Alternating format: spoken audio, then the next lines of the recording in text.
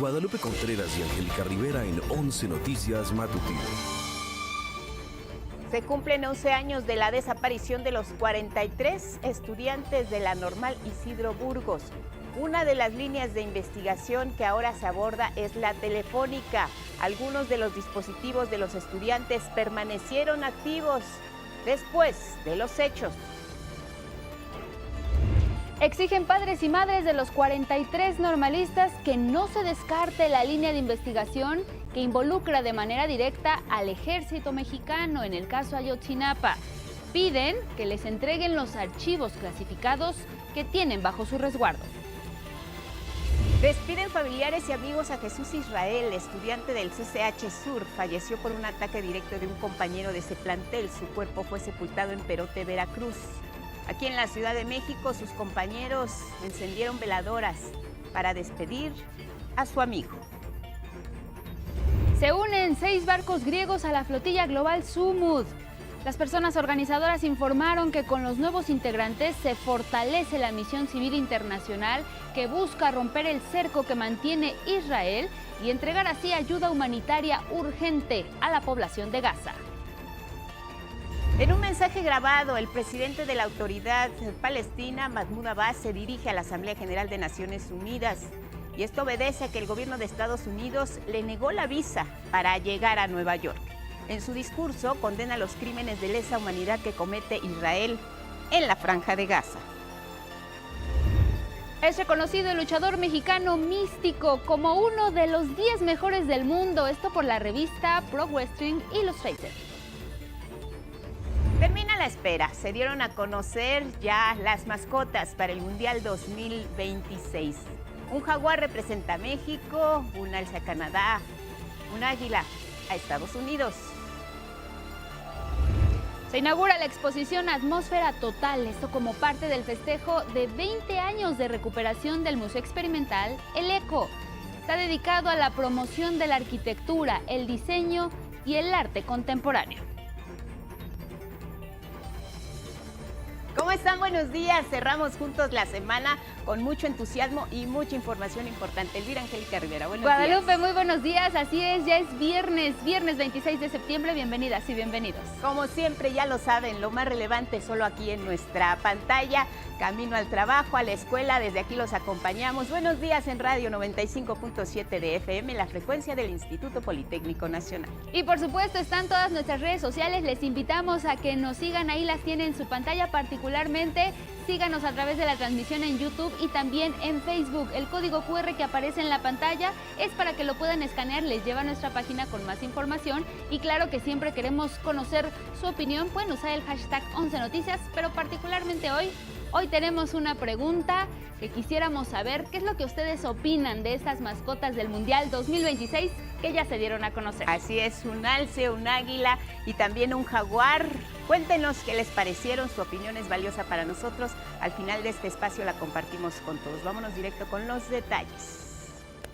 Viernes 26 de septiembre, 11 años de un hecho histórico, de una herida abierta. 43 jóvenes estudiantes de la Normal Isidro Burgos de Ayotzinapa en Guerrero fueron levantados por el crimen organizado. ¿Qué se sabe de ellos hasta ahora? Los padres exigen respuestas. El gobierno federal ha dado las suyas, pero recordemos lo que ocurrió en particular en el gobierno de Enrique Peña Nieto, la llamada verdad histórica, después desmentida. Hoy las investigaciones han tomado un rumbo distinto. Se busca una verdadera justicia para las familias de estos 43 jóvenes. A 11 años, el caso Ayotzinapa todavía tiene muchas respuestas que dar. Gilberto Molina.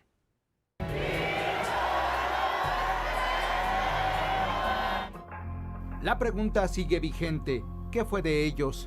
Han pasado más de 4.000 días desde la desaparición forzada de los 43 estudiantes de la Normal Isidro Burgos de Ayotzinapa. Hoy la presidenta Claudia Sheinbaum brinda una luz de esperanza gracias a la incorporación de tecnología de avanzada en la investigación. Pero yo pienso que esta nueva forma de investigación, mucho más basada en evidencias, nos va a llevar a un conocimiento mayor de la verdad. y de dónde están los jóvenes. El nuevo abogado de las y los familiares de los 43, Isidoro Vicario, señaló cuáles son las líneas de investigación que pidieron abordar a las autoridades. Una de las líneas que tenía que investigar o hacer el trabajo este equipo es la relacionada con la línea telefónica, ¿no? Y otra de las líneas de los padres que han estado exigiendo tiene que ver con el grupo de 17 jóvenes que fueron detenidos y fueron llevados a barandilla municipal, ¿no? La línea de investigación telefónica refiere al hecho documentado por el grupo de expertos independientes de que varios celulares de los normalistas aparecieron en manos de policías federales y estatales. La información que puedan aportar es clave y está pendiente la extradición de 2 personajes. También en el tema de extradición de Tomás Herón y de Ulises Bernabé en Estados Unidos, también los padres ya han insistido que puedan agilizarse con esas extradiciones. Ulises Bernabé era el juez de Barandilla en Iguala, ante quien fueron presentados 17 de los normalistas. La investigación dice que los entregó a sicarios de una organización criminal. Tomás Herón es el extitular de la Agencia de Investigación Criminal que arrancó confesiones a costa de tortura y con ellas se construyó la llamada verdad histórica del gobierno de Enrique Peña Nieto, la falsa versión de que los jóvenes fueron asesinados e incinerados en el basurero de Cocula.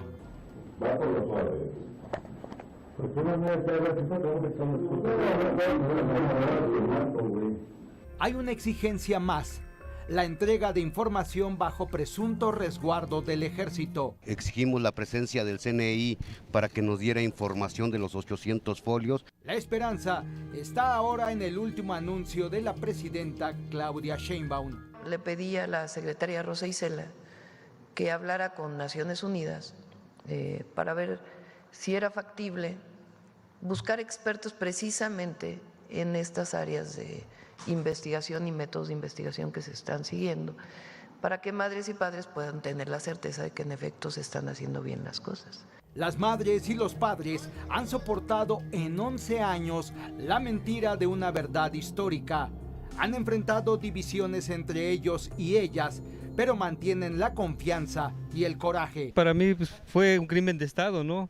Y creo que el Estado sigue protegiendo igualmente a los funcionarios anteriores, ¿verdad?, involucrados en la desaparición de nuestros hijos. 11 Noticias, Gilberto Molina. Y mire, este jueves familiares de los estudiantes de la Normal de Ayotzinapa protestaron afuera del campo militar número 1. Exigen que se abran los archivos clasificados que tiene el Ejército Mexicano sobre este caso.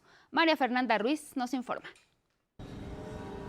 Con el transcurso de la investigación, ¿verdad?, se fueron viendo, ¿verdad?, más evidencias que el Ejército Mexicano tenía más información de ese mismo día, ¿verdad? Y siempre negaban ellos. Y hasta el día de hoy han negado. Este fue uno de los reclamos centrales de los padres y madres de los 43 estudiantes de Ayotzinapa: que no se deseche la línea de investigación que involucra directamente al Ejército Mexicano en la desaparición de los normalistas de la Escuela Rural Isidro Burgos. Durante el mitin realizado frente al campo militar número 1 en la alcaldía Miguel Hidalgo, exigieron que las Fuerzas Armadas entreguen la información que aseguran sigue bajo su resguardo. Señalan que existen datos clave sobre el monitoreo conjunto que realizaron el Ejército, el CISEN y otras corporaciones policíacas durante la noche de Iguala y que podrían ser determinantes para conocer el paradero de sus hijos. Le hemos pedido y miles de veces que tienen que entregar los 800 folios que faltan. Si no le temen nada, de entregar esos folios, ¿por qué no los han entregado? Porque son culpables, también ellos participaron, más que nada, fueron ellos. Si los delincuentes hubieran sido, ya los hemos encontrado a los muchachos, pero es difícil, todo lo hicieron como ellos quisieron, ¿verdad?, a favor de ellos, y es por eso que aquí estamos, aquí seguimos. Acusaron que la Escuela Normal de Ayotzinapa era vigilada por el Ejército mucho antes de la desaparición de los estudiantes. a casi 11 años, podemos afirmar que el ejército mexicano no solo es responsable de actos omisivos la noche del 26 de septiembre.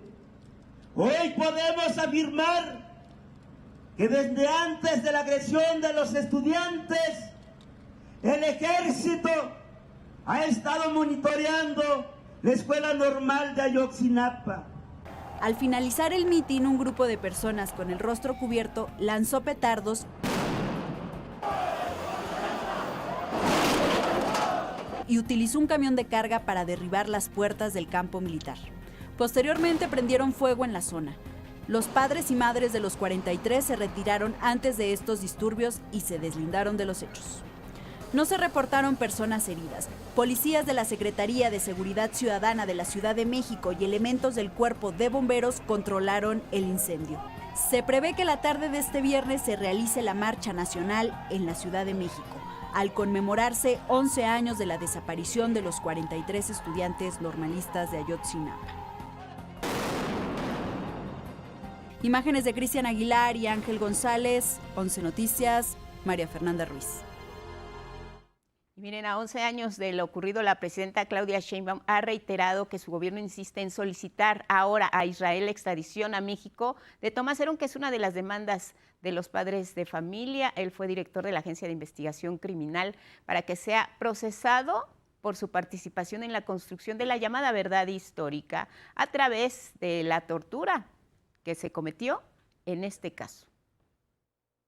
Se han enviado varias cartas al gobierno de Israel y a través de los canales diplomáticos para la extradición de Tomás Herón. Recordó la presidenta que las solicitudes diplomáticas se han realizado incluso desde el sexenio anterior del presidente Andrés Manuel López Obrador, y añadió que a esa extradición ha sumado otras importantes también en el esclarecimiento de este caso. Eso existe desde el presidente López Obrador, que se está pidiendo, y ahora pues está insistiendo en esta extradición, además de 2 personas que solicitamos al secretario del Departamento de Estado de los Estados Unidos, que están en Estados Unidos y que estamos solicitando su extradición a México. Vamos a otro asunto también lamentable, y es que mire, el cuerpo de Jesús Israel, el estudiante que falleció por un ataque en el CCH Sur de la UNAM, llegó a Perote, Veracruz, de donde es originaria su familia. El sepelio se realizó en el Panteón Municipal en una ceremonia privada, y previamente se realizó una misa de cuerpo presente en la parroquia El Sagrado Corazón de Jesús, esto para darle el último adiós.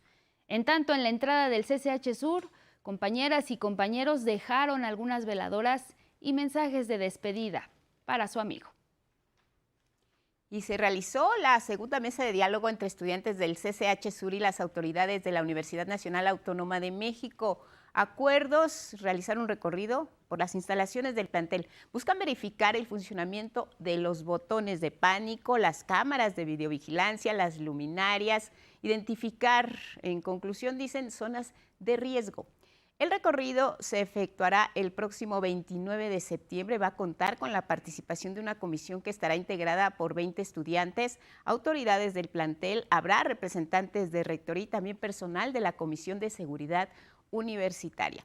Además, las y los alumnos solicitaron que durante un semestre, 6 meses, se imparte un curso sobre protección civil e igualdad de género, pero también reiteraron la importancia de realizar algunos simulacros que permitan estar atentos, preparados ante posibles situaciones de riesgo.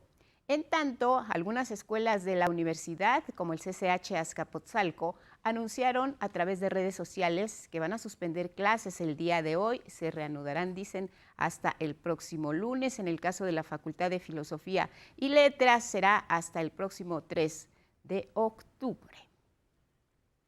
Y mire, mientras tanto, en la FES Acatlán, también de la UNAM, se registró una pelea al interior del plantel. De acuerdo con algunos reportes, ayer por la tarde, cerca de las 3:30 de la tarde, 3 personas participaron en una riña al interior de esta escuela, la FES Acatlán. De inmediato se aplicaron los protocolos de seguridad.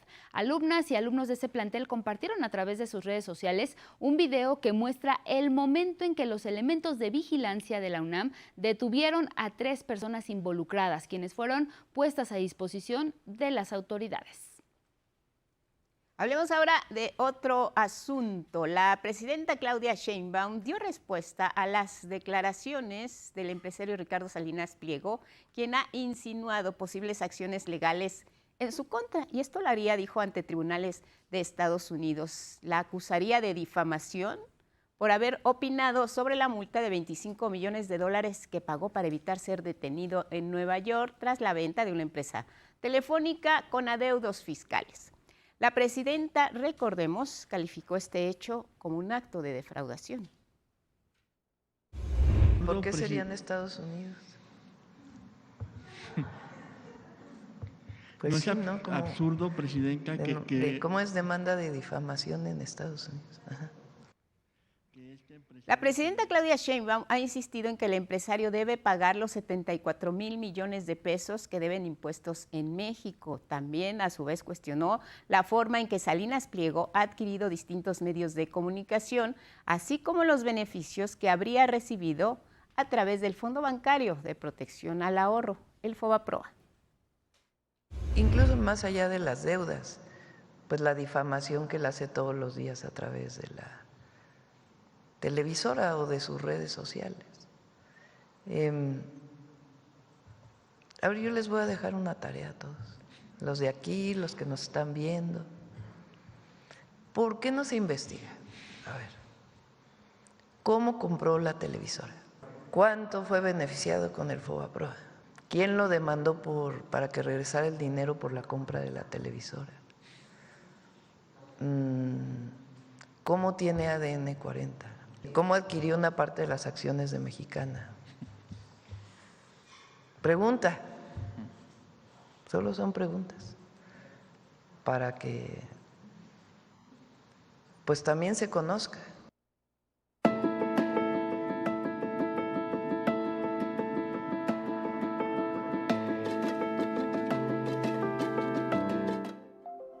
Lluvias en la Ciudad de México la tarde de este jueves. Vamos a ver cuáles son las condiciones meteorológicas que nos esperan para este viernes y también para el fin de semana. Ismael Marcelo con el reporte desde el Servicio Meteorológico Nacional. Buenos días, adelante, bienvenido. Hola, ¿cómo están? Angélica, Guadalupe, amigas, amigos de Canal 11, muy buenos días, qué gusto saludarlos nuevamente desde el Servicio Meteorológico Nacional de la Conagua para darles a conocer el pronóstico del tiempo. Pues debo informarles que las lluvias continuarán en prácticamente todo el país a consecuencia del monzón, la onda tropical 34 y canales de baja presión, pero también las temperaturas empezarán a descender por la llegada de sistemas invernales como el Frente Frío número 4. De hecho, esta temporada se caracteriza por la interacción de sistemas tanto tropicales como invernales.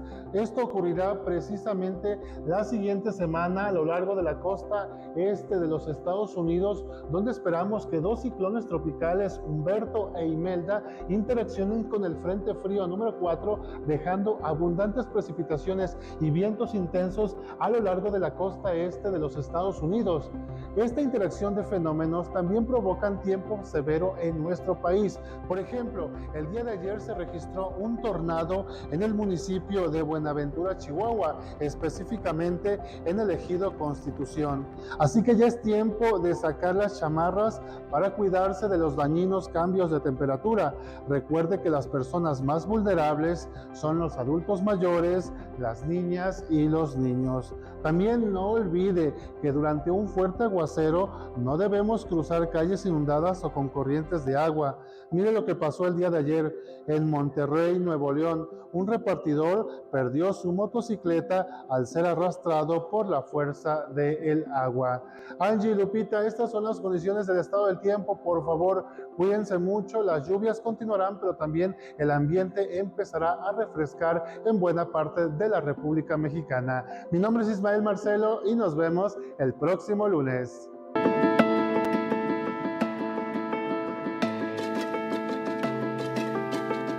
Le vamos a compartir ahora algunos avisos importantes, sobre todo si está por salir de casa. Considere que la estación Zócalo-Tenochtitlán de la línea 2 del metro permanece cerrada. Esto es hasta nuevo aviso. Como rutas alternas o como estaciones alternas más bien está Pino Suárez, Allende y Bellas Artes, todas ellas de la línea 2. También está San Juan de Letrán de la línea 8. Por ello es importante que tome precauciones. También hay un reporte de incendio vehicular. Esto ocasiona afectaciones viales, particularmente en Viaducto Río de la Piedad y el eje 1 Oriente. Hay marcha lenta en eje central, hay mucho tráfico este viernes en la Ciudad de México. Sin embargo, esto es a la altura poniente de 112. Viernes 26 de septiembre, vehículos que se quedan en casa, que no deben salir. Si no quieren multas, la calcomanía es azul, terminación de placas 9 y 0. Hologramas 1 y 2, el horario inició hace hora y media, así que no lo sorprendan, termina esto hasta las 10 de la noche, pendientes también de la restricción a la circulación desde el Ángel de la Independencia y hasta el Zócalo capitalino por la marcha de los estudiantes y padres de familia a 11 años de lo ocurrido en la Escuela Isidro Burgos, la Normal Rural Isidro Burgos de Ayotzinapa. Esto impide que el primer cuadro de la Ciudad de México pues tenga fluidez en la circulación, se complica. Sí, y también ahí mismo recordar la reducción de carriles, esto a la altura de la avenida México-Coyoacán en el puente de Joco frente al INPE, el Instituto Nacional de los Pueblos Indígenas. Hay una considerable reducción de carriles, tómenlo en cuenta si circula por la zona. Es momento de irnos a una pausa, Guadalupe. Tenemos información sobre las mascotas del Mundial, ya le adelantábamos, y por supuesto que también están las recomendaciones del cine. Volvemos después de la pausa, compañeros.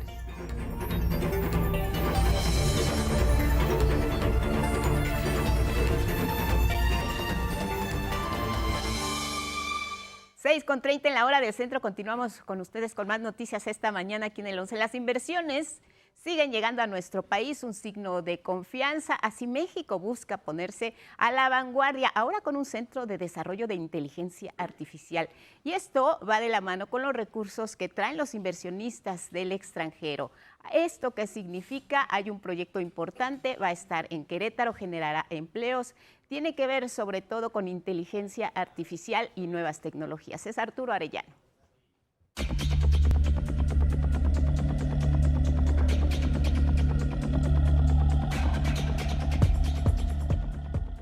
Iniciar con inversiones en centros de datos es importante para México. Nos da capacidad en el país de procesamiento de datos relacionado con la inteligencia artificial y en general con el uso de tecnologías de la información, pero además nos abre una nueva posibilidad de inversión en México. En la mañanera de este jueves, la compañía Cloud HQ anunció una inversión de $4.800 millones en nuestro país. El objetivo, desarrollar tecnología en la nube e impulsar la inteligencia artificial en México. Se contempla la construcción de un centro de datos en Querétaro conformado por 6 instalaciones de alto nivel, el cual generará 7.200 nuevos empleos, en su mayoría dirigidos a las y los jóvenes. Se requieren ciertas especialidades para ello y ya están trabajando, como también ya se explicó, en incluso vincularse con las universidades, centros de educación superior, y les vamos a ayudar en ello, para que tengamos la opción para los jóvenes de que puedan trabajar allí. Entre las aplicaciones informáticas que son clave en este tipo de desarrollos se encuentran computación en la nube, inteligencia artificial, Internet de las cosas, transmisión de video, realidad virtual y aumentada, comercio electrónico, aprendizaje automático, entre otros. Nosotros pensamos que México, como otros países, querrán dar un salto a la economía digital. Para esto, necesitan los cimientos necesarios. ¿Y cuáles son estos cimientos? Son los centros de datos. Los trabajos de la construcción del centro de datos, así como las 6 subestaciones, estarán listas para el segundo trimestre de 2027. 11 Noticias, Arturo Arellano, Merlín.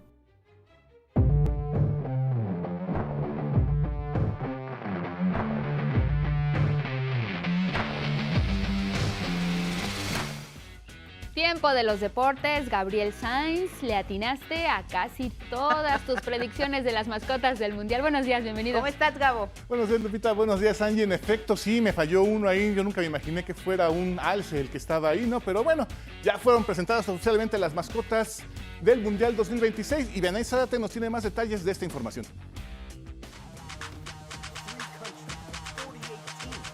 El Mundial 2026 ya tiene rostro, energía y espíritu.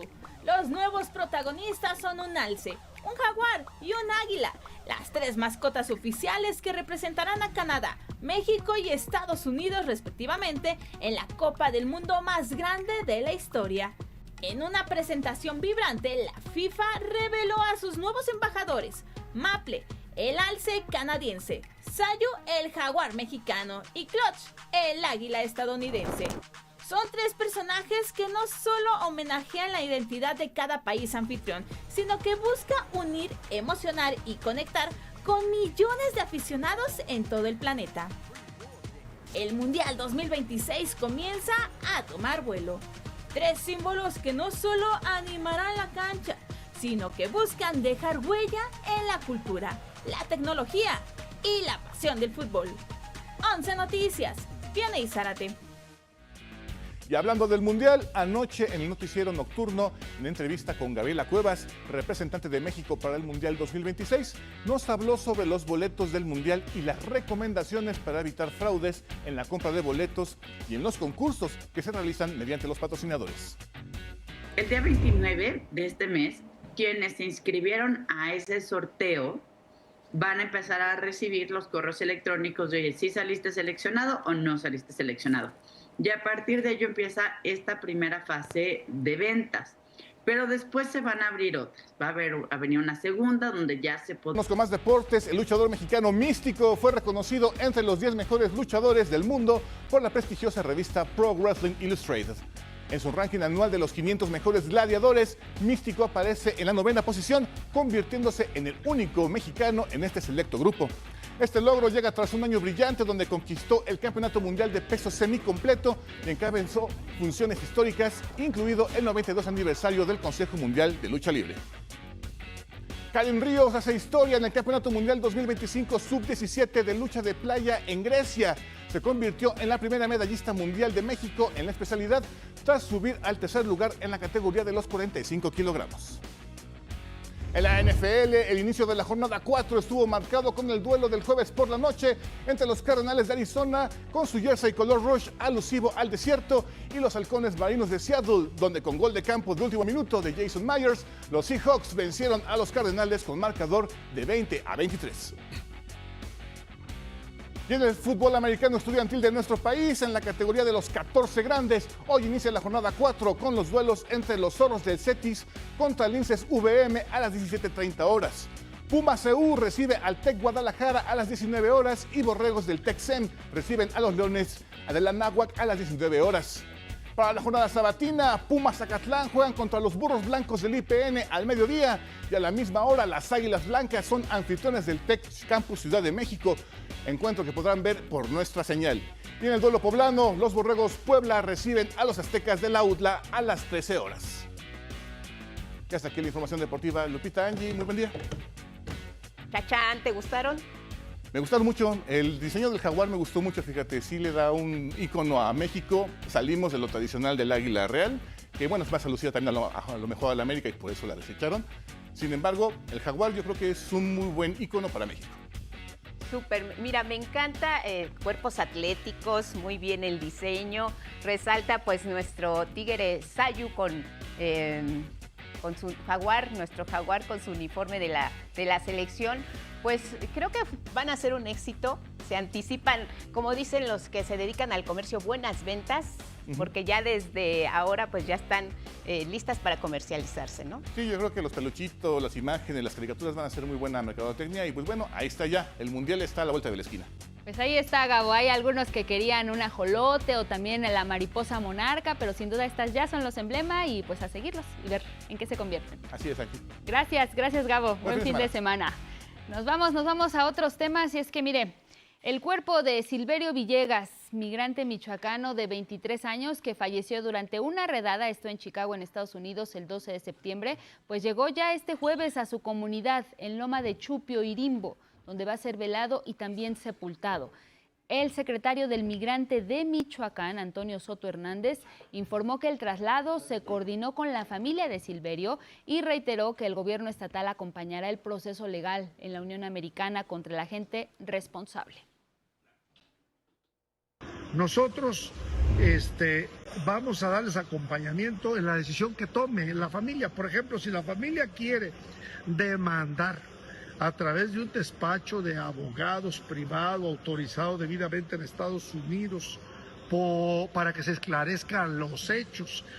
De acuerdo con la versión oficial del gobierno de Estados Unidos, al intentar huir del lugar donde se realizaba la redada, Silverio atropelló y arrastró a uno de los agentes de ICE, por lo que otro agente le disparó. Sin embargo, videos difundidos a través de redes sociales muestran el momento posterior al tiroteo en el que se observa a Silverio dentro de un vehículo gris y después es sacado por la fuerza por dos agentes de ICE. En las imágenes también se aprecia cómo es arrastrado por la calle y colocado a un costado de la carretera. El mexicano presentaba ya rastros de sangre y su estado físico era visiblemente crítico. En el Congreso de Michoacán, legisladores y legisladoras condenaron este homicidio y exigieron que no quede en la impunidad. Y es que en los Estados Unidos las redadas continúan, la situación no ha cambiado en absoluto. Los migrantes, las personas migrantes siguen enfrentando esta situación todos los días, presencia de agentes de ICE, incluso en ciudades santuario, albergues donde están refugiados, personas sin hogar, que están separadas de sus familias. Bueno, hasta ahí han llegado, como nos cuenta Federico Campbell Peña. Con violencia, agentes de migración irrumpieron en albergues para personas sin hogar en Chicago. Detuvieron a 2 personas migrantes que, además de no tener documentos, no tienen dónde vivir. Activistas denunciaron que es un ataque directo contra las comunidades en situación vulnerable. Recuerden que tienen derecho a documentar la actividad de ICE. Es fundamental que los vecinos se mantengan seguros y colaboren entre sí. Por otro lado, en una corte de Nueva York, agentes de ICE con el rostro cubierto separaron con extrema violencia a una familia. El padre acudió a una cita de su proceso de migración. Le gritaron que soltara a su hija. ¡Suelta a la niña! ¡Suelta a la niña! ¡Suelta a la niña! ¡Suelta a la niña! Otro agente de ICE arrojó al suelo a su esposa.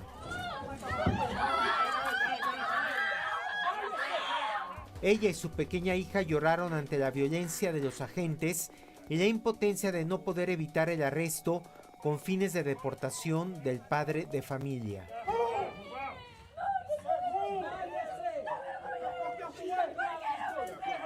Otro incidente en el que son separadas las familias sucedió en un vecindario latino en Washington, D.C. En Nueva York se realizaron protestas contra las acciones de ICE. 11 Noticias, Federico Campbell Peña. Y precisamente, mire, ante el Pleno de la Organización de las Naciones Unidas, el canciller Juan Ramón de la Fuente alzó la voz en defensa de la población migrante.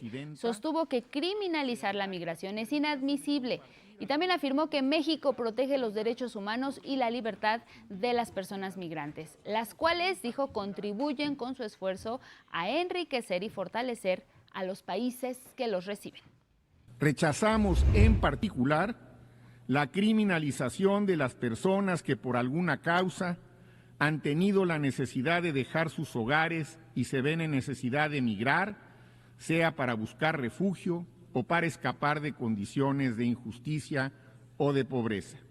El canciller enfatizó que el plan de desarrollo del gobierno ha sido reconocido por la ONU como un proyecto para la reducción de la pobreza.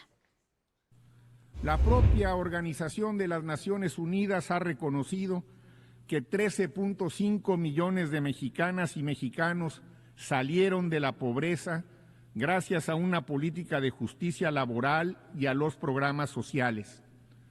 La desigualdad se reduce, se construye la paz y se contiene la violencia. De la Fuente refirió que desde hace 7 años México trabaja en consolidar una sociedad en la democracia, la libertad, la igualdad y la prosperidad compartida que brinde dignidad a las personas ante las naciones. Es un proyecto que establece una división entre el poder político y el poder económico, que avanza en el ejercicio de una economía moral, que busca la coordinación y la cooperación con actores externos, mas no acepta subordinación alguna. La soberanía nacional es irrenunciable. Derechos humanos.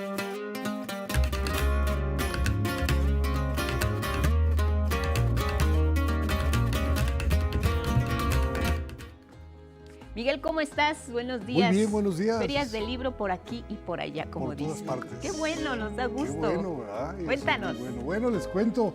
El Museo Eco es un espacio renovado. Alberga arte y posiblemente sea declarado monumento artístico por su riqueza artística, cultural, arquitectónica. Saray Campech tiene los detalles.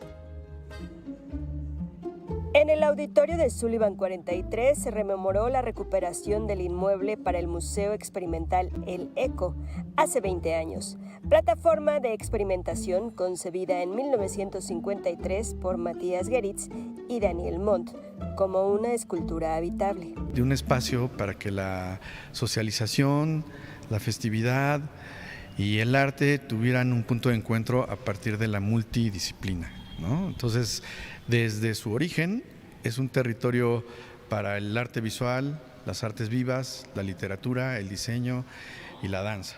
El Eco tuvo una pausa.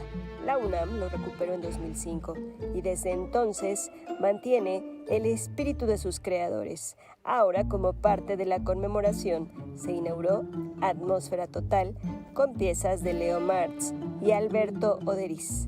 La exhibición, por primera ocasión, del poema ilustrado Los amantes y la noche, además de archivos y documentos. Es un ensayo expositivo que vincula los diferentes momentos de la historia del museo con la práctica contemporánea. La intención, también estamos alojando la Biblioteca Arlecta, que es un proyecto editorial de Jalisco, de Rafael Plasencia, y que aloja pues una buena parte de todas las publicaciones que se han hecho alrededor de del legado artístico de Matías Geritz. Entre actividades paralelas habrá un performance, spoken word y música. El Eco, obra cumbre de la arquitectura moderna en México y epicentro social para la zona, se mantiene a la expectativa de ser declarada monumento artístico. Con imágenes de Genaro González, 11 Noticias, Saray Campech. Bueno, buenas noticias. La Orquesta Sinfónica Nacional interpreta el concierto Cruzando Fronteras con obras de Odín Zamorano, María Teresa Prieto y Shostakovich. La cita es en el Palacio de Bellas Artes hoy viernes a las 20 horas y el domingo a las 12:15 horas. Aquí las buenas noticias. Hay cortesías dobles para el domingo. Soliciten en X @11 Noticias o Facebook @11 Noticias TV o Facebook 11 Noticias. En la publicación de la transmisión ahí respondan y facilita mucho la localización de sus solicitudes. Bueno, y Solistas Ensamble de Bellas Artes, bajo la dirección de Cristian Gomer, se presenta este viernes a las 19 horas en el Alcázar del Castillo de Chapultepec. Ojo, aquí la entrada es libre, solo que el cupo es limitado, hay que prever el tiempo. Y el domingo a las 12 horas, en la Sala Manuel M. Ponce del Palacio de Bellas Artes, se presentan también. Que abarca repertorio que se ha venido haciendo por muchos siglos, que es de compositores pues nada más de la talla de Giuseppe Verdi, Gioacchino Rossini, Gaetano Donizetti, o sea, son cosas que, bueno, principalmente son exigentes vocalmente para todos. Bueno, ahí tienen Penélope soprano del ensamble. Y vámonos al libro del día, es El Hotel de los Corazones Rotos de Eduardo Rabasa, editado por Galaxia Gutenberg. Se presenta hoy a las 19 horas en Ámsterdam 62 en la Condesa. Este libro en voz de su autor. Pues es una historia urbana donde el protagonista es un chico de 21 años en 1999 en el sur de la Ciudad de México, de nombre Bruno Volado, que está un poco pues, en la nada, ¿no? Creo que sería lo que hoy en día llamaríamos un nini, aunque en esa época quizá no existía el término, y está obsesionado con Elvis Presley. Entonces un día ve en Copilco justamente una botarga de Elvis Presley y le parece como una señal del destino, que es pues, una señal rara porque no es que sea como la gran oportunidad de la vida, ¿no? Y decide seguirla y entonces bueno, pues eso lo lleva como a un mundo ahí medio turbio. Se enamora de una estudiante de letras inglesas de la UNAM, se llama Milena, y ella le abre pues todo el mundo de literatura, de cine, de música, pero pues tampoco se atreve él a confesarle a ella realmente quién es o qué hace, entonces un poco ahí se desarrolla la novela. Bueno, y Leo con el 11 avanzamos a la página 65 del libro Lo que yo vi de Laura Esquivel, editado por Suma. El X de hoy es de Ed Torres y dice: los señores educados, como parte de su arreglo personal, forzosamente debían contar con un pañuelo. Gracias por esta aportación. Seguimos leyendo. Hoy se cumplen 137 años del nacimiento del poeta estadounidense Thomas Stearns Eliot, T.S. Eliot. En su honor, el poema del día: se cierne el águila en la cumbre del cielo, que en alguna parte dice: todo nuestro conocimiento nos acerca a nuestra ignorancia. Toda nuestra ignorancia nos acerca a la muerte. Quien lo solicite lo comparto completo por X, @Miguel D, solo la D, L.A. Cruz. Hasta aquí, Cultura. Mi primer pensamiento: yo solo sé que no sé no sé nada. Todo conocimiento nos acerca a nuestra ignorancia. Es cuando decimos, híjole, de verdad que dónde ando en cuestión de tener datos acerca de esto. Cada vez que sé menos. ¿Cuánto que no sé? Sí, exacto. A mí se me hizo muy atinado lo que dijo, porque es cierto, la ignorancia te conduce, pues si no a la muerte, sí a cosas no muy gratas. Sí, hay que romper con ese cerco de la ignorancia, acercarnos al conocimiento y descubrir que efectivamente siempre hay algo que aprender. Sabemos Miguel, boletos, mira, estoy aquí en el chat, boletos. ¿Ya lo pediste? Oye, qué buena costumbre se nos está haciendo regalar boletos, porque la gente sí va y lo disfruta mucho y te comparten. Ayer fui testigo, estuve en el concierto del trompetista Pacho Flores con la Orquesta de Cámara de Bellas Artes. Y luego me mandaron una foto del concierto y que decían muchas gracias. Eso, bravo Qué por bueno quienes gustan de la música, lo aprovechan, y aquí seguiremos con esa buena costumbre y hábito de acercar a la gente a la cultura. Miguel, buen fin de semana. Buen fin de semana. Nos vemos el lunes con grandes novedades como siempre y seguimos con más.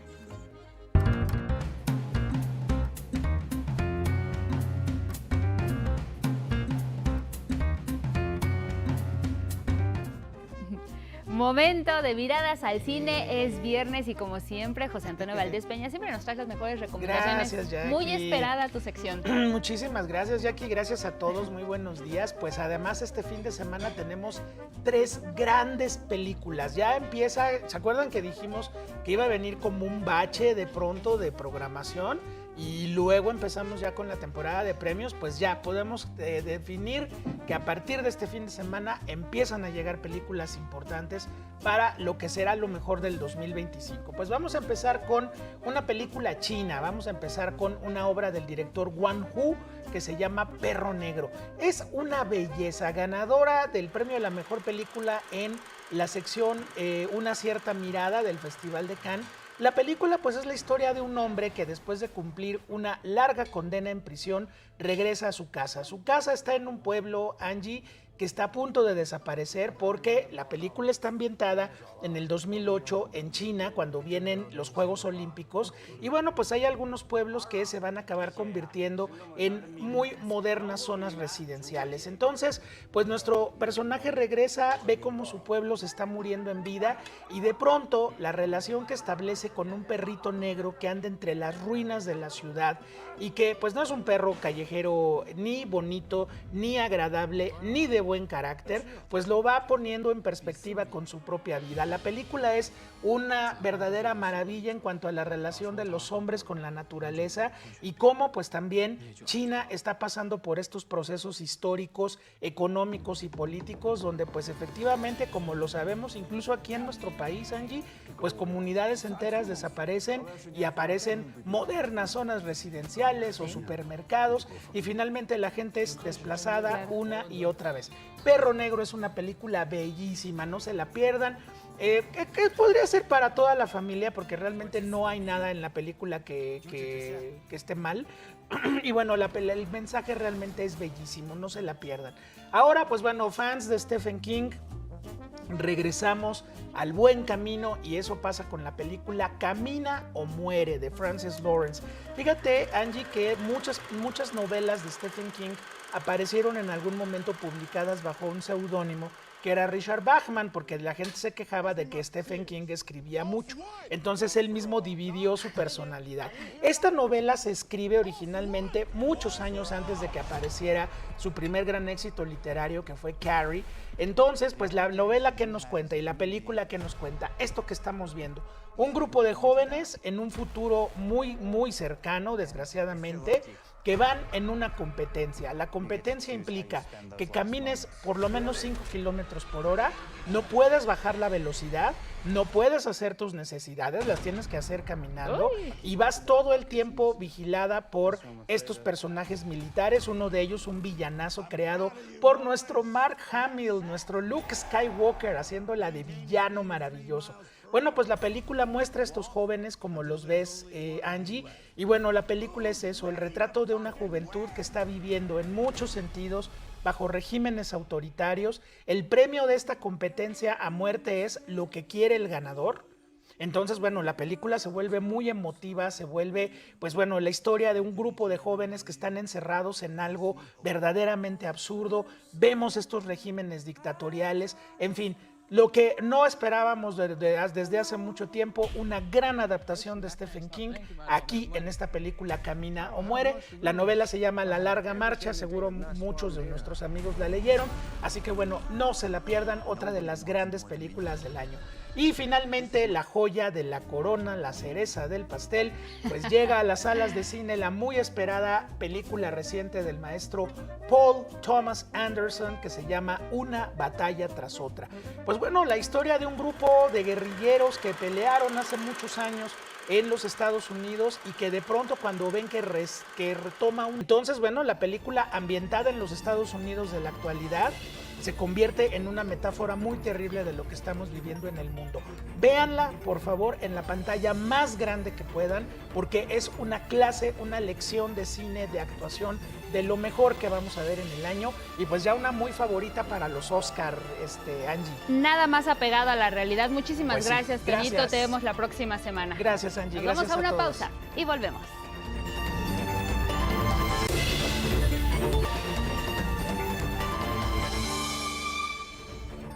A las 7 en la hora del centro, un resumen de noticias. Reitera el gobierno mexicano que sigue insistiendo en solicitar a Israel la extradición a México de Tomás Herón, exdirector de la Agencia de Investigación Criminal, para que sea procesado por su participación en la supuesta verdad histórica del caso Ayotzinapa. Llega el cuerpo del mexicano Silverio Villegas a la comunidad de Loma de Chipio Irimbo, donde será velado y sepultado. Fue el pasado 12 de septiembre cuando Silverio, originario de Michoacán y con 23 años, falleció durante una redada en Chicago, Estados Unidos. Precisamente en Chicago, agentes de migración irrumpen en albergues para personas sin hogar. En el operativo han detenido a 2 personas migrantes que no tienen dónde vivir. Activistas denuncian que es un ataque directo contra las comunidades en situación vulnerable. Durante su participación en el Pleno de la ONU, el canciller mexicano Juan Ramón de la Fuente alzó la voz en defensa de la población migrante. Sostuvo que es inadmisible criminalizar la migración y afirmó que México protege los derechos humanos y la libertad de las personas migrantes. Anuncia el presidente Donald Trump que a partir del 1 de octubre los medicamentos importados recibirán la aplicación del 100% de aranceles. Sin embargo, aclaró que quedan exentas las empresas que estén construyendo su planta en Estados Unidos. Responde el gobierno de Rusia a las declaraciones del presidente Donald Trump en apoyo a Ucrania, lo que mostró un cambio en la narrativa y el alejamiento del mandatario Vladimir Putin. Por lo pronto, el Kremlin espera que Washington y Trump se mantengan comprometidos para encontrar una solución a la guerra. Medalla de bronce para la mexicana Karen Ríos en el Campeonato Mundial 2025 Sub-17 de lucha de playa en Grecia.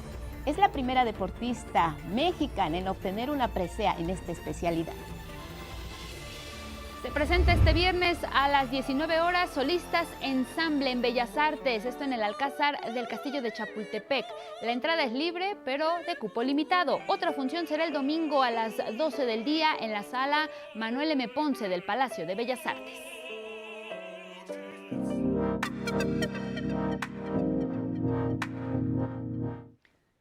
Y esta mañana saludamos con gusto al periodista mexicano Ernesto Ledesma, también director de Rompeviento TV. Buenos días, Ernesto, bienvenido.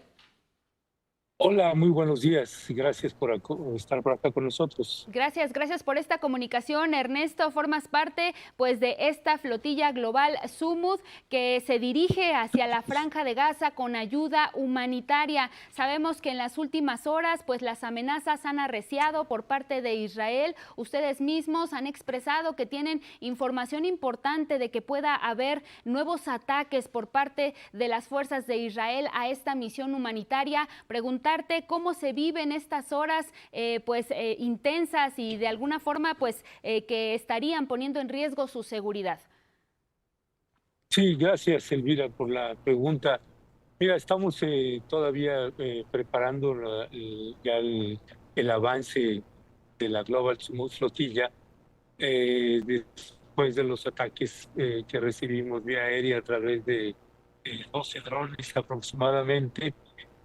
Pues se han tomado medidas y estas medidas son preventivas. Hay un barco que quedó dañado y que no podrá ya seguir su camino. Hay otra embarcación, una de las principales, la llamada Familia, el barco llamado Familia, también tiene daños y bueno, eso ha hecho que también extrememos precauciones, particularmente también porque una vez que dejemos pues ya las aguas territoriales de Grecia y entremos en aguas internacionales, con esa información que tuvimos a través de distintos parlamentarios italianos y de otras nacionalidades que les hicieron llegar información a propósito de que el gobierno de Israel, de Benjamín Netanyahu, pretendía hacer ataques letales contra algunas de las embarcaciones de la Global Sumud Flotilla. Esto ya derivó también en el arribo de embarcaciones. La primera el día de ayer, un buque de guerra de la Armada de Italia. El día de hoy llega el segundo buque y hoy también ya se incorporó un buque de guerra de Grecia, que también estará acompañando a la Global Sumud Flotilla, y se espera también que el día de hoy se nos alcance el buque enviado desde España por el presidente Pedro Sánchez.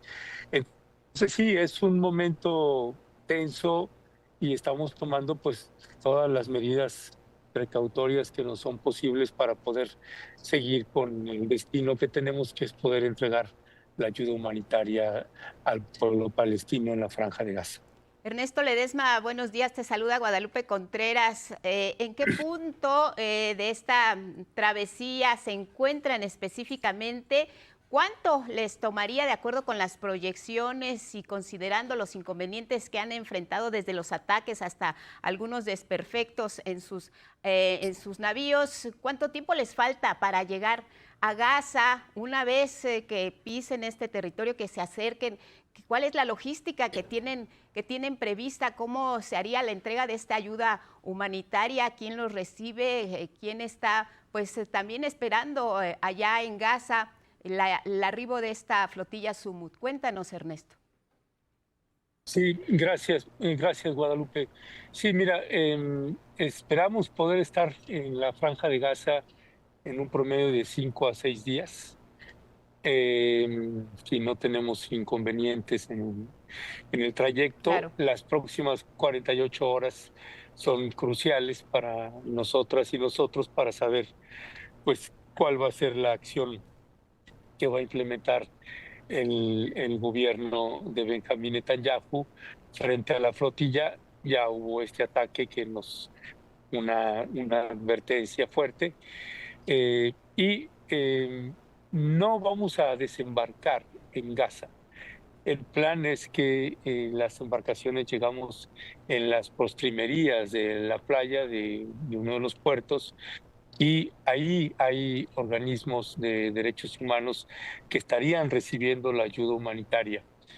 Si acaso es un grupo pequeño de toda la flotilla que estaría aproximándose un poco más a la Franja de Gaza, pero no vamos a desembarcar nosotros, solamente estaríamos entregando la ayuda humanitaria y teniendo la certeza al entregarla ahí con los contactos que se tienen, que la ayuda sí va a ser entregada directamente a la población palestina.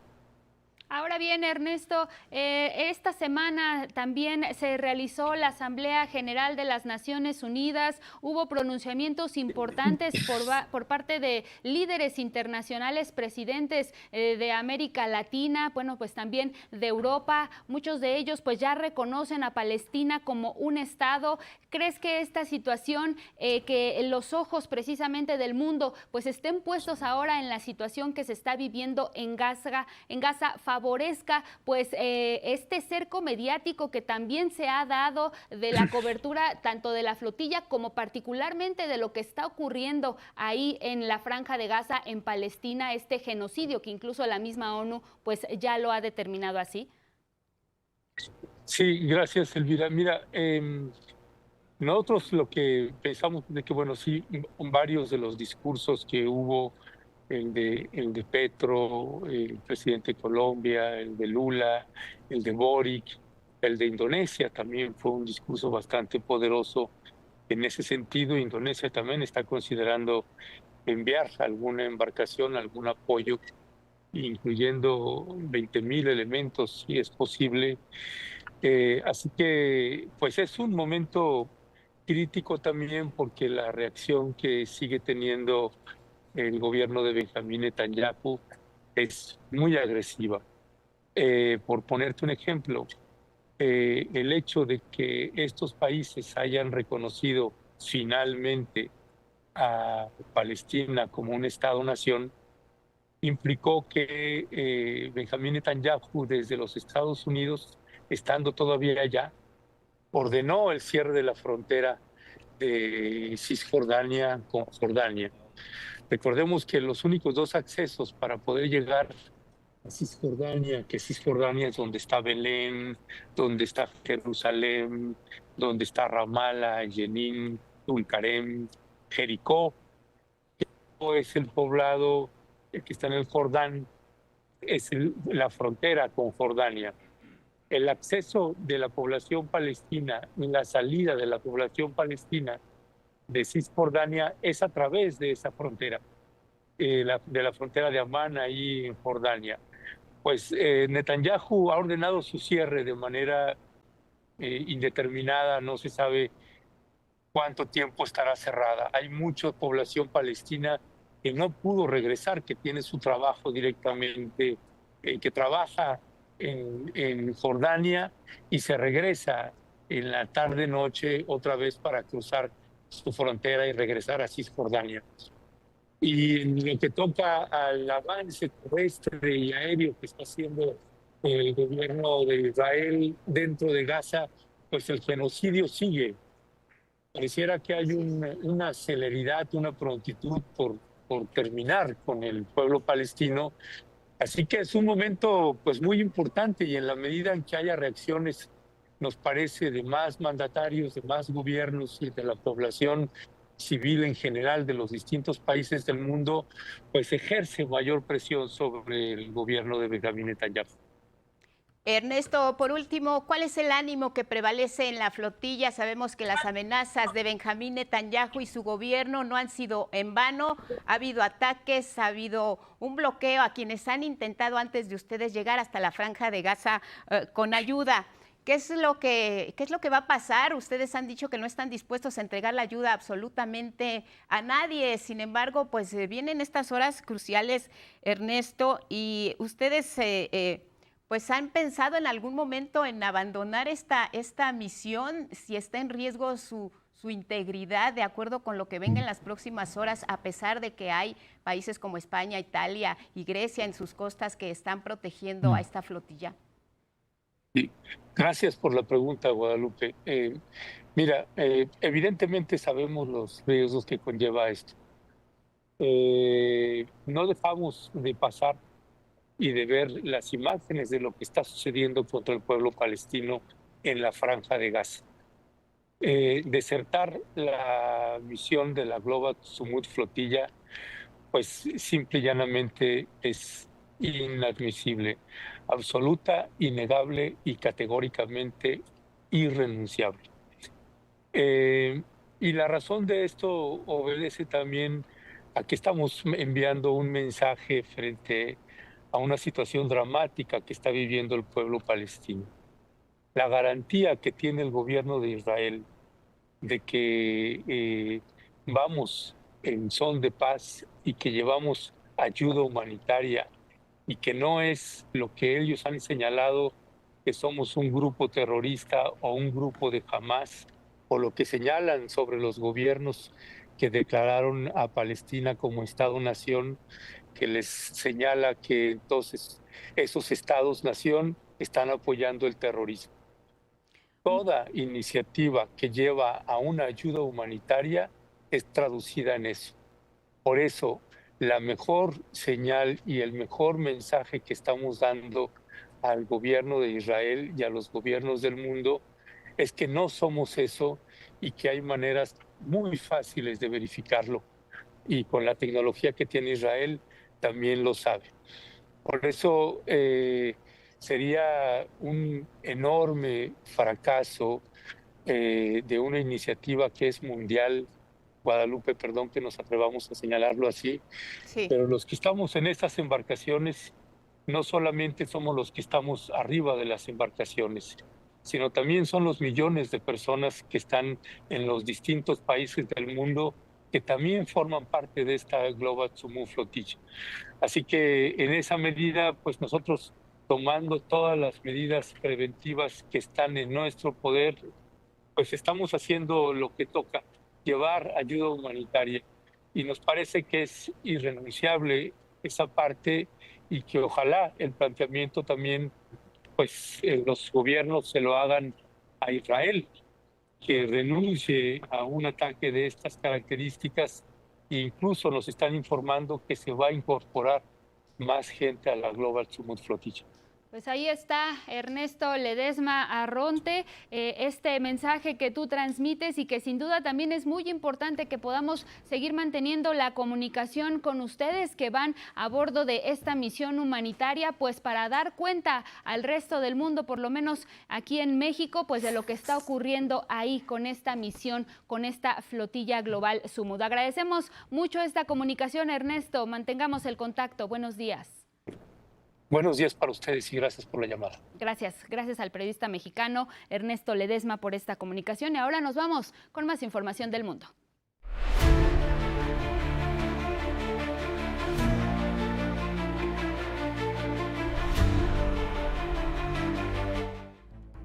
Iniciamos la información internacional con el tema del primer ministro israelí Benjamín Netanyahu en Naciones Unidas.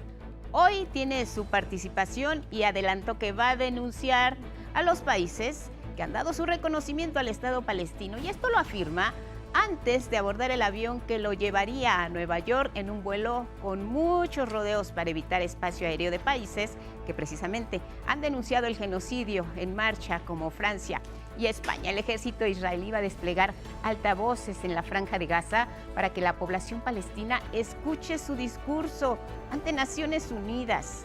Ayer por la tarde se reunió durante casi una hora con el presidente argentino Javier Milei, que reiteró su apoyo irrestricto a Benjamín Netanyahu, quien cuenta, como sabemos, con una orden de aprehensión por parte de la Corte Penal Internacional. Así las cosas, hoy habla ante Naciones Unidas el primer ministro israelí. Vamos a conocer algunos datos precisamente de este personaje, Benjamín Netanyahu, primer ministro de Israel, un hombre polémico, acusado por la Corte Penal de Justicia por crímenes de guerra y de lesa humanidad, también por el genocidio en contra de la población de Gaza. Mi compañera Ingrid Sánchez nos cuenta. El primer ministro israelí, Benjamín Netanyahu, es el mandatario que más tiempo ha estado en el puesto. Ha sido electo en 6 ocasiones por el pueblo israelí, que tiene tendencia a votar a la derecha. Nacido en el seno de una familia sionista, se formó en esta ideología que busca el exterminio de los árabes en la región para la constitución del Gran Israel, un amplio territorio controlado por los judíos que incluye Egipto, Turquía, Siria e Irak. En materia económica, ha impulsado el neoliberalismo, por lo que ha reducido al máximo el Estado, además de que ha impulsado importantes recortes a los programas sociales. Ha defendido la expansión colonial con la construcción de cada vez más asentamientos israelíes en territorios palestinos. Actualmente, tiene acusaciones tanto a nivel nacional como internacional que le valdrían ir a la cárcel. Internamente, está acusado de corrupción y abuso de confianza, por lo que está en un juicio desde el 2020, además de que la oposición democrática israelí lo ha acusado de ser un fascista. A nivel internacional, tiene una orden de aprehensión por parte de la Corte Penal de Justicia por crímenes de guerra, crímenes contra la humanidad y por usar el hambre como arma de guerra. Históricamente, ha sido apoyado por los gobiernos de Estados Unidos y nunca ha dejado de recibir financiamiento ni armas. 11 Noticias, Ingrid Sánchez. Miren, precisamente el presidente de la Autoridad Palestina, Mahmoud Abbas, ya se dirigió ante la Asamblea General de Naciones Unidas. Fue un mensaje grabado, sabemos las condiciones de esto. El gobierno de Estados Unidos le negó la visa para poder ingresar al país. Mahmoud Abbas afirmó que su gobierno está preparado para asumir la plena administración y seguridad de la Franja de Gaza tras el fin esperado de la invasión israelí. Gaza es parte integral del Estado de Palestina y que estamos dispuestos a asumir la plena responsabilidad de su gobernanza y seguridad. Jamás no tendrá ningún papel en la gobernanza y, junto con otras facciones, debe entregar las armas a la autoridad palestina en el marco de la construcción de las instituciones de un solo Estado, una sola ley y una sola fuerza de seguridad legítima. Reiteró la condena a los crímenes de lesa humanidad que comete Israel en la Franja de Gaza y también denunció el genocidio, la destrucción, la inanición y el desplazamiento forzado de los palestinos en esta zona. Vamos con otros asuntos, pero que también tienen que ver con Estados Unidos, y es que el gobierno apunta su control sobre las redes sociales y de paso le da poder a sus aliados. El presidente norteamericano Donald Trump firmó una orden ejecutiva para garantizar, según él, el funcionamiento seguro y legal de TikTok. Tuve una muy buena conversación con el presidente Xi. Hablamos de TikTok y él nos dio el visto bueno de que este sea dirigido por grandes inversionistas y empresas estadounidenses. Donald Trump refirió que esta versión de TikTok sería operada por inversionistas muy sofisticados, entre ellos Larry Ellison, fundadora del gigante tecnológico Oracle, el inversionista tecnológico Michael Dell y el magnate de los medios Rupert Murdoch. En 2024, el Congreso de Estados Unidos aprobó una ley para proteger la seguridad nacional, que de acuerdo con ellos estaba en riesgo. Por ello, la empresa TikTok tendría que ser 100% estadounidense, sin vínculos con China. La legislación buscaba evitar que el gobierno chino, de acuerdo con la iniciativa legislativa, tuviera acceso a datos personales de usuarias y usuarios en Estados Unidos. Lo que queríamos lograr era mantener TikTok en funcionamiento, pero también asegurarnos de proteger la privacidad de los datos de los estadounidenses, según exige la ley. Y bueno, la política arancelaria del presidente de Estados Unidos, Donald Trump, no tiene freno porque ahora anunció la aplicación de estos impuestos al 100% a medicamentos importados a su país. Sería a partir del 1 de octubre. Aclaró, eso sí, que quedan exentas las empresas que estén ya desde ahora construyendo su planta de medicamentos, planta farmacéutica en Estados Unidos. Esta decisión alcanza a camiones pesados, gabinetes de cocina y baño, mobiliario tapizado, con tarifas de hasta 50%, 1 de octubre. Nuevos aranceles ahora a farmacéuticas en Estados Unidos. Bueno, y vámonos hasta Francia, porque Nicolas Sarkozy, el expresidente de ese país, se va a convertir en el primer exmandatario en ir a prisión. El primer exmandatario de ese país en ir a prisión. Y es que fue declarado ya culpable y por ello deberá pasar 5 años en prisión por asociación delictuosa, además de pagar una multa de 100.000 euros. A continuación, Miguel Martínez nos comparte un reporte. Miguel Martínez es colaborador de Canal 14 allá en Francia.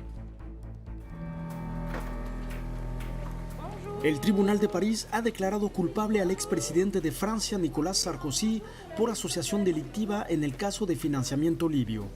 La sentencia para Sarkozy es de 5 años de cárcel, 100.000 euros de multa y 5 años sin poder ser elegido a cargo popular. El exmandatario podrá apelar la sentencia, pero el actual procedimiento indica que sea como sea irá a la cárcel y será convocado en un periodo máximo de 1 mes para que se le indique la cárcel a la que irá. Esto ya fue anunciado por parte de la Fiscalía Nacional Financiera para el 13 de octubre próximo. A esta condena se agrega 1 año que pasó el expresidente con brazalete electrónico condenado en el llamado caso de las escuchas. La nueva condena es un caso histórico, como lo comentó el demandante en el caso, el abogado Vincent Brangard, de la organización anticorrupción Sherpa. Es un momento histórico, es un momento sin precedentes en la historia judicial del país, porque tenemos a un expresidente de la República condenado por asociación ilícita ligado a una campaña electoral por una potencia extranjera. Es totalmente inédito, pero al mismo tiempo todo cuadra con lo revelado por el proceso judicial, y es conforme a las acusaciones que existían y que fueron evidenciadas durante la investigación. En esta trama de corrupción están implicadas otras 6 personas, entre ellos sus más cercanos colaboradores. Brice Hortefeux, que fue ministro del Interior durante una parte de la presidencia de Sarkozy, fue condenado a 2 años de cárcel, 50.000 euros de multa y 5 años sin poder ser elegido a un cargo público. Otro cercano de Sarkozy, Claude Guéant, que también fue ministro del Interior al final del mandato de Sarkozy, fue condenado a 6 años de cárcel y 250.000 euros de multa. A la salida de la audiencia, el expresidente, acompañado de su esposa y sus colaboradores, decidió dar una declaración. El odio no tiene ningún límite. Asumiré mis responsabilidades. Estaré presente cuando la justicia me convoque. Y si quiere absolutamente que duerma en la cárcel, dormiré en la cárcel, pero con la cabeza en alto. Soy inocente. Esta injusticia es un escándalo. También es un momento importante para que la justicia pueda luchar contra la delincuencia que hay en el Estado francés. Esto quiere decir que todo el mundo puede ser juzgado.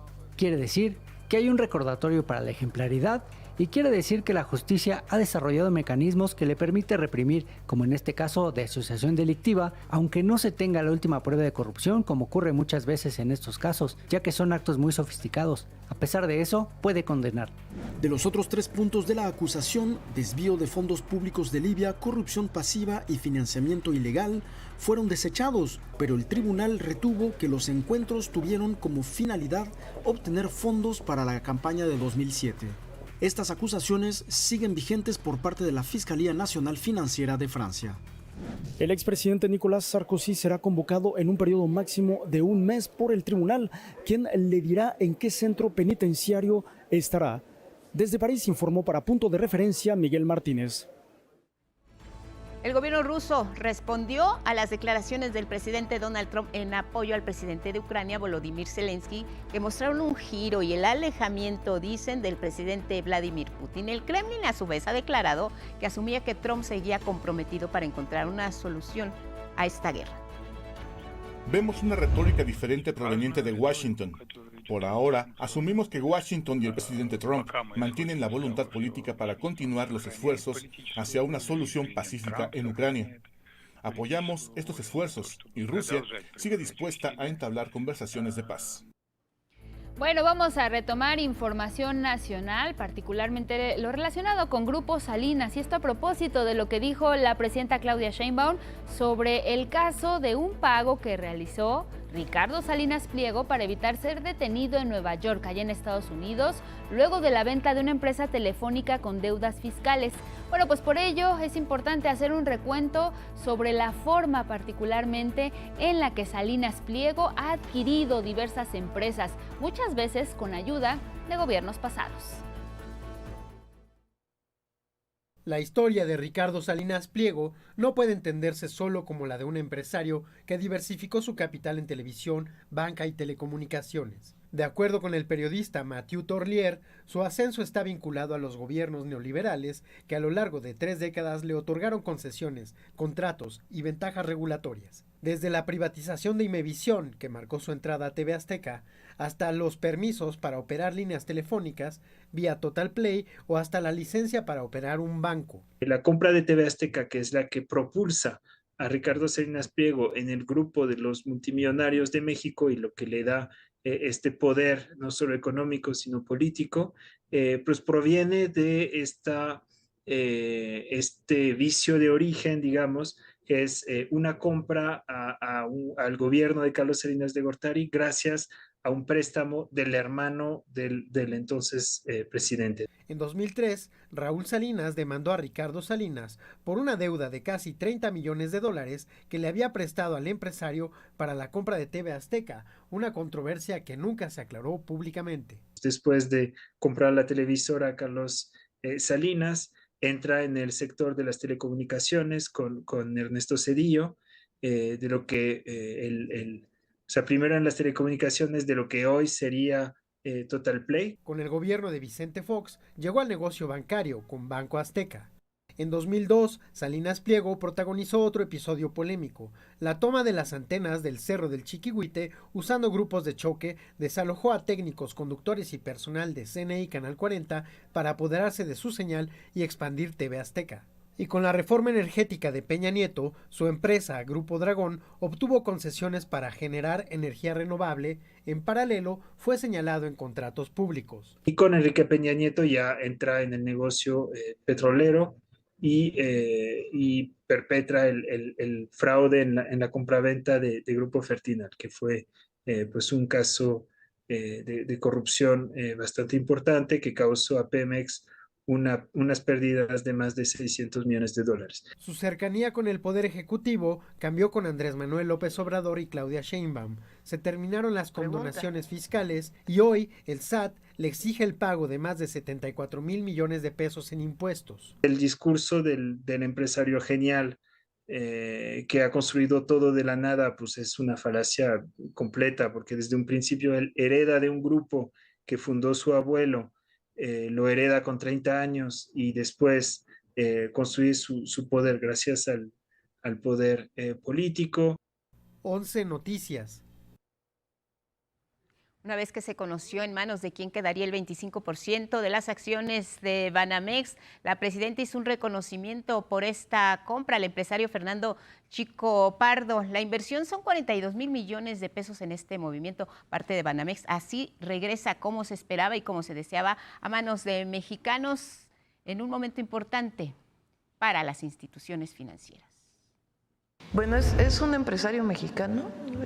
Es un hombre de buena reputación, llegaron a un buen acuerdo, entiendo, con Citi. Me buscaron para informarme, eso es importante que se sepa. Regresa un empresario, Banamex regresa un empresario mexicano en una transacción legal que comienza a darse en un 25%. Yo considero que es una buena noticia. Por su parte, Fernando Chico Pardo destacó la confianza que le tiene al gobierno de la presidenta Claudia Sheinbaum, que dijo fue clave para adquirir esta parte, este 25% de las acciones de Banamex. Volver a Banamex a manos mexicanas se dice muy rapidito, pero no es un reto menor, es un reto grande. Eso, el dicho, pues me entusiasma mucho ese reto. Creo que hay muchísimo que hacer, y lo que he sentido tanto de la gente en la calle como de los propios trabajadores o colaboradores de Banamex es algo que la gente quiere. Vamos ahora con asuntos migratorios, y es que la cifra de personas repatriadas de Estados Unidos a México ha bajado en los últimos meses. Desde la llegada del presidente Donald Trump a Estados Unidos se ha registrado 108.813 personas repatriadas, que es la cifra más baja desde 1989. Miren cómo por administración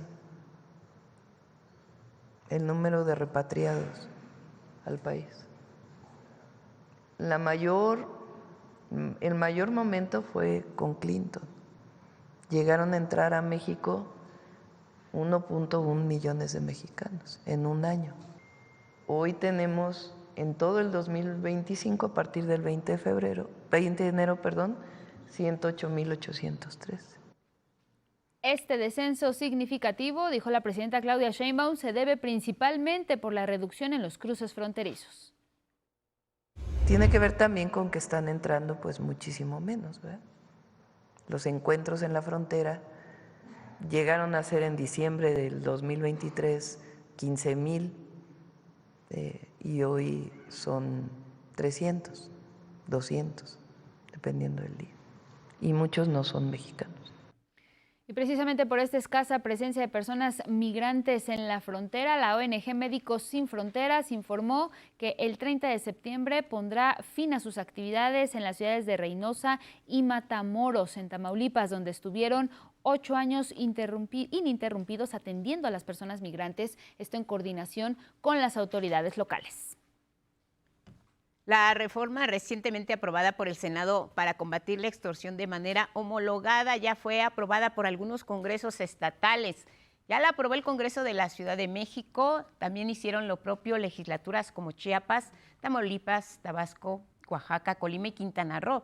Y es que las modificaciones, sabemos, están facultando al Congreso para expedir leyes que establezcan tipos penales, pero también sanciones contra este delito a nivel nacional. Serán constitucionales una vez que se aprueben por al menos, eso es lo que se necesita, 17 congresos locales que den el sí a esta nueva ley en materia de extorsión por tratarse de reformas constitucionales. Solo así podrá entrar en vigor. Presupuesto, inteligencia, tecnología. Esto no se trata de invadir esferas, ni de imponer reglas a los estados, mucho menos de sustituir esfuerzos. Por el contrario, se trata de admitir que todos los niveles de gobierno tenemos un fin común, y es terminar con el delito de la extorsión.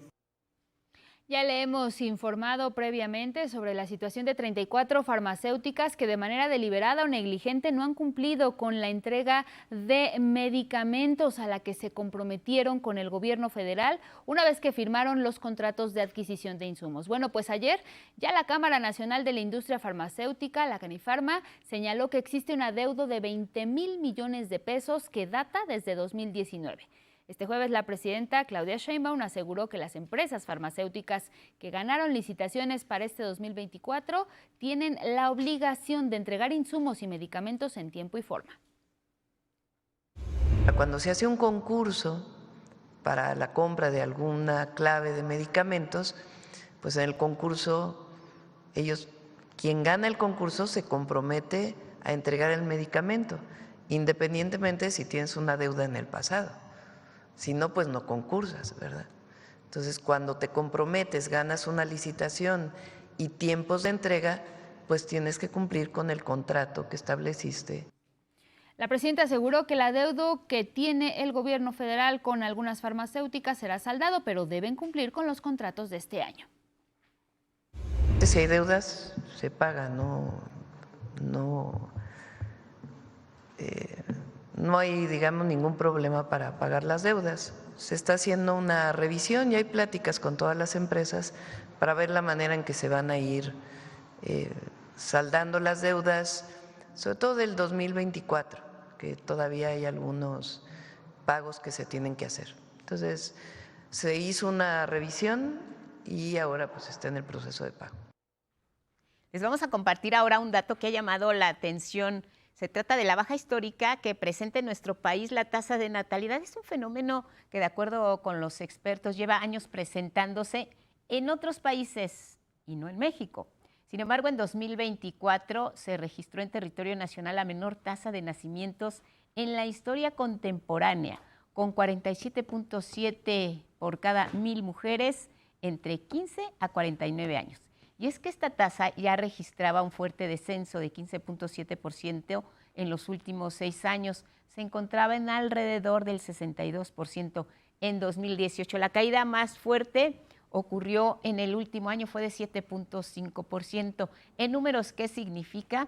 143.616 personas nacidas menos entre 2023 y 2024. Así de precisos son los números. Las entidades federativas con las tasas más altas de nacimientos registrados por cada 1,000 mujeres fueron Chiapas, Durango y Nayarit. Esas son las más altas. En tanto, las más bajas se presentaron aquí en la Ciudad de México, en Yucatán e Hidalgo. Disminuye la tasa de natalidad. Llama la atención los números aquí en territorio nacional. Y mire, una activista de Nuevo León difundió a través de redes sociales unas imágenes que han causado indignación. Y es que se trata de una osesna, una cachorrita de osa severamente afectada por la sarna y en estado de desnutrición. Bueno, pues es resguardada por un centro animal privado en el municipio de Guadalupe, Nuevo León. Ante la situación, la activista Cristina Marmolejo denunció ante la Profepa al zoológico La Pastora y argumenta que este animal, esta osesna, presenta desnutrición, falta de atención, abuso, pésimo albergue y falta de cuidados veterinarios. La Pastora emitió a su vez un comunicado en el que argumenta que el animal le fue dado en resguardo por la parte de la Profepa hace 2 años, esto a pesar de su delicado estado de salud. La esposa del gobernador de Nuevo León, Mariana Rodríguez, también se pronunció al respecto y expuso que la Procuraduría Federal de Protección al Ambiente es la única instancia facultada para determinar el destino de este pequeño animal. Y Profepa es quien tiene la última palabra con estos casos tan delicados y con los casos de animales salvajes que se rescatan en diferentes puntos de nuestro estado.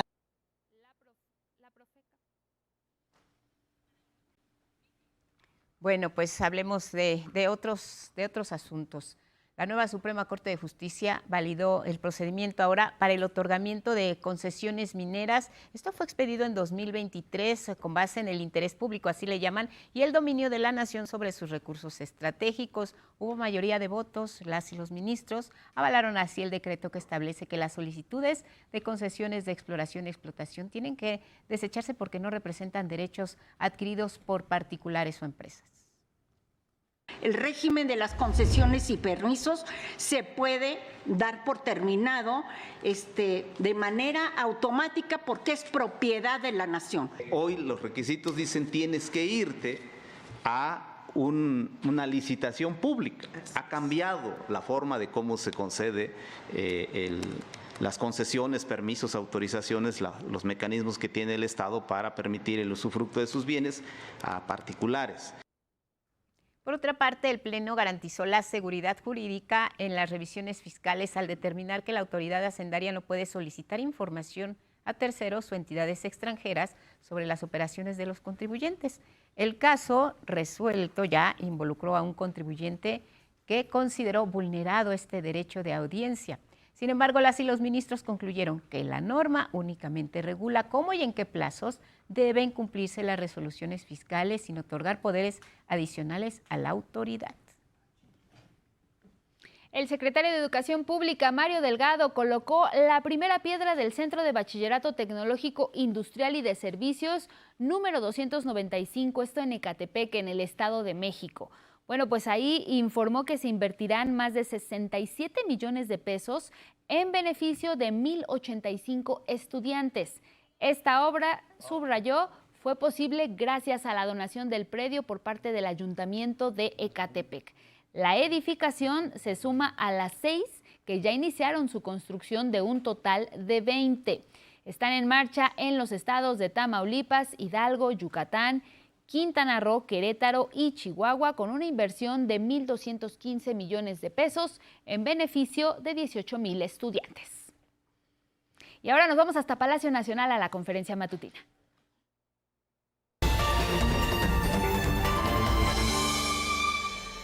En información de último minuto, esta mañana líderes del mundo abandonan la Asamblea de Naciones Unidas y al mismo tiempo abuchean la entrada del primer ministro israelí Benjamín Netanyahu, esto en rechazo al genocidio que se lleva a cabo en la Franja de Gaza. Please, order in the hall. Please, order in the hall. El primer ministro israelí inició su discurso refiriéndose a los rehenes que jamás mantiene en la Franja de Gaza. Afirmó que algunos gobiernos lo condenan públicamente, pero en privado le agradecen, dijo, las ofensivas militares contra los palestinos. Además, reconoció que Israel hace el trabajo sucio de algunos gobiernos del mundo. En junio pasado, cuando Israel atacó las instalaciones nucleares de Irán, el canciller alemán Merz admitió la verdad y dijo: Israel hace el trabajo sucio para todos nosotros. Cuestionó que distintos países como Francia, Reino Unido, Canadá y Australia hayan dado el reconocimiento de Estado a Palestina. Dijo que no lo permitirá, pero también negó que se cometa un genocidio en Gaza a pesar de las más de 18,000 infancias asesinadas en la región. Esto ocurría dentro, pero afuera de las instalaciones de Naciones Unidas en Nueva York se registra esto, una intensa manifestación contra Benjamín Netanyahu en la que también participaron judíos ortodoxos que corearon "no en nuestro nombre".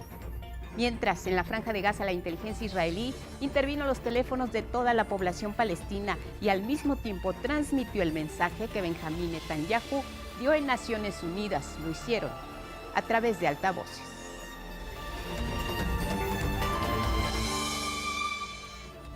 Bueno, pues ahí está información de último momento, pero ahora vamos a conocer lo que ustedes nos compartieron a nuestra pregunta de la semana, y es que queríamos saber qué opinaban de las mascotas del Mundial 2026 ya que se dieron a conocer.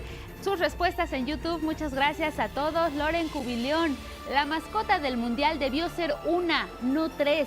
La mariposa monarca nos une a los tres países. Vamos con Pedro Murillo Martínez. Me parecen bien, dice, que hayan elegido animales tan emblemáticos de estos tres países. En Facebook, Susana Rodríguez nos comparte: están geniales, muy bellos diseños. Gracias, Susana. Héctor Ordóñez: me recuerda, dice, a los tres caballeros. Bien, Héctor, gracias. Anelis Solórzano: creo que un ajolote o una mariposa monarca hubieran sido buenas opciones. Gracias, Anelis. Sandra Torres comenta: son buenas opciones, pero coincido que la mariposa monarca era la mejor opción. Pues ahí están sus respuestas. Bienvenidas todas sus opiniones. Yo también hubiera preferido un ajolote. Bien, pues gracias. Los esperamos la próxima semana. Descansen, sigan en el 11. Buenos días.